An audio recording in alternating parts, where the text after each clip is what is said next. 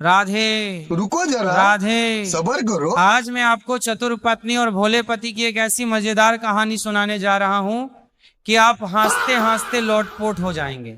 लेकिन याद रखिए, ये केवल हंसाने के लिए नहीं है। इस कहानी के अंत में जीवन की एक बहुत सुंदर सीख भी छिपी हुई है। तो आइए, बड़े ध्यान से सुनिए। सुबह सुबह रमेश अपनी पत्नी गीता से बोला, आज से मैं घर का सारा काम करूंगा, तुम आराम करो। गीता मुस्कुराई और बोली, ठीक है, पहले चाय बना दो। रमेश पूरे आत्मविश्वास से रसोई में गया। 5 मिनट बाद, गीता, चीनी कहाँ है? जहाँ कल रखी थी। 2 मिनट बाद फिर आवाज आई, गीता, चाय पत्ती वही है जहाँ रोज रहती है। थोड़ी देर बाद, गीता, गैस कैसे जलती है? गीता हंसी रोकते हुए बोली, इतना आत्मविश्वास लेकर आए थे, अब क्या हुआ? किसी तरह चाय बन गई। रमेश गर्व से बोला, लो स्पेशल चाय। गीता ने एक घूंट लिया और तुरंत मुंह बना लिया। इसमें चीनी कितनी डाली? रमेश बोला, 4 चम्मच, ताकि मीठी बने। और नमक बस आधा चम्मच। टीवी में सुना था कि नमक हर चीज में जरूरी होता है। दोनों जोर जोर से हंस पड़े। थोड़ी देर बाद गीता बोली, अब सब्जी बना दो। रमेश ने YouTube देखकर सब्जी बनानी शुरू की। वीडियो में आवाज आई, 2 हरी मिर्च डालें।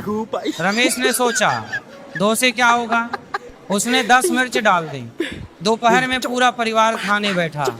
पहला निवाला खाते ही सबकी आंखों से आंसू निकलने लगे। रमेश बोला, देखा, मेरी सब्जी खाकर सब भावुक हो गए।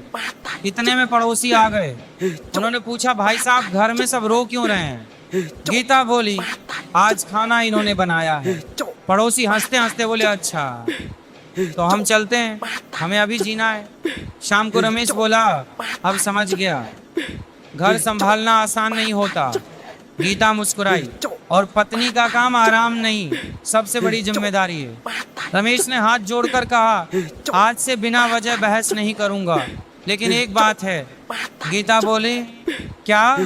रमेश बोला, कल से चाय तुम ही बनाना, नहीं तो पूरा मोहल्ला अस्पताल पहुंच जाएगा। दोनों की हंसी पूरे घर में गूंज उठी। कंजूस सेठ, चालाक पंडित और मुफ्त का भोजन। एक गांव में धनराज नाम का एक बहुत बड़ा सेठ रहता था। पूरे गांव में उसकी 2 ही चीजें मशहूर थीं, उसकी दौलत और उसकी कंजूसी। लोग कहते थे, अगर सेठ जी के घर एक मच्छर घुस जाए तो बाहर निकलते समय उससे भी किराया मांग लेते हैं। एक दिन गांव में एक विद्वान लेकिन बहुत हाजिर जवाब पंडित जी आए। उन्होंने सुना कि सेठ बहुत कंजूस है। उन्होंने सोचा, आज देखते हैं इसकी कंजूसी बड़ी है या मेरी अक्ल।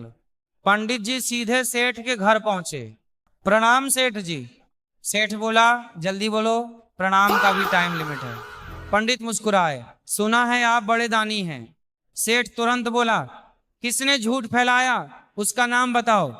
इतने में नौकर आया और बोला, मालिक, बाहर एक भिखारी रोटी मांग रहा है। सेठ बोला, उसे कह दो कि आज छुट्टी है, कल आना। भिखारी बोला, मालिक, कल भी यही कहा था। सेठ बोला, देखा, मैं अपने वादे का कितना पक्का हूं। पूरा आंगन हंसी से गूंज उठा। पंडित जी बोले, सेठ जी, मैं आपको एक ऐसा मंत्र बताऊंगा जिससे धन 2 गुना हो जाएगा। सेठ की आंखें चमक उठी। सच? बिल्कुल, लेकिन पहले मुझे पेट भर खाना खिलाइए। सेठ ने नौकर से कहा, प्लेट बड़ी रखना, लेकिन खाना कम डालना। नौकर ने एक रोटी को 4 टुकड़ों में काटकर प्लेट में सजाया। पंडित जी बोले, वाह, रोटी कम है लेकिन सजावट 5 सितारा होटल जैसी है। सब हंस पड़े। खाना खत्म होने के बाद सेठ बोला, अब मंत्र बताओ। पंडित बोले, मंत्र बहुत छोटा है, मेहनत करो, ईमानदारी से कमाओ और जरूरतमंद की मदद करो। सेठ गुस्से में बोला, ये तो मुझे पहले से पता था। पंडित मुस्कुराए, पता होना और मानना दोनों अलग अलग बातें हैं। उसी समय गांव के बच्चे बाहर खेल रहे थे। एक बच्चा बोला, अगर सेठ जी 1 रुपया गिरा दें तो उसे उठाने के लिए भी नौकर बुलाएंगे। दूसरा बोला, नहीं, पहले पूछेंगे ये रुपया मेरा ही है ना। पूरा गांव फिर हंसी से लोटपोट हो गया। सेठ को अपनी आदत पर शर्म आई।